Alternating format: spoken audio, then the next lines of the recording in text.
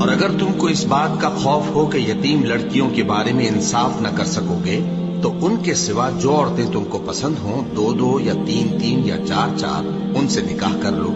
اور اگر اس بات کا اندیشہ ہو کہ کئی عورتوں سے انصاف نہ کر سکو گے تو ایک ہی عورت سے نکاح کرو یا باندی سے تعلق رکھو جس کے تم مالک ہو، اس طرح تم بے انصافی سے بچ جاؤ گے۔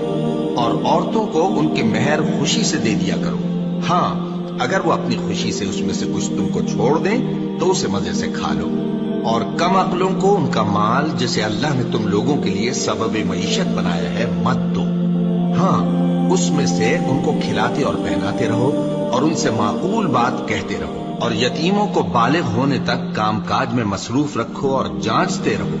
پھر بالغ ہونے پر اگر ان میں عقل کی پختگی دیکھو تو ان کا مال ان کے حوالے کر دو، اور اس خوف سے کہ وہ بڑے ہو جائیں گے، یعنی بڑے ہو کر تم سے اپنا مال واپس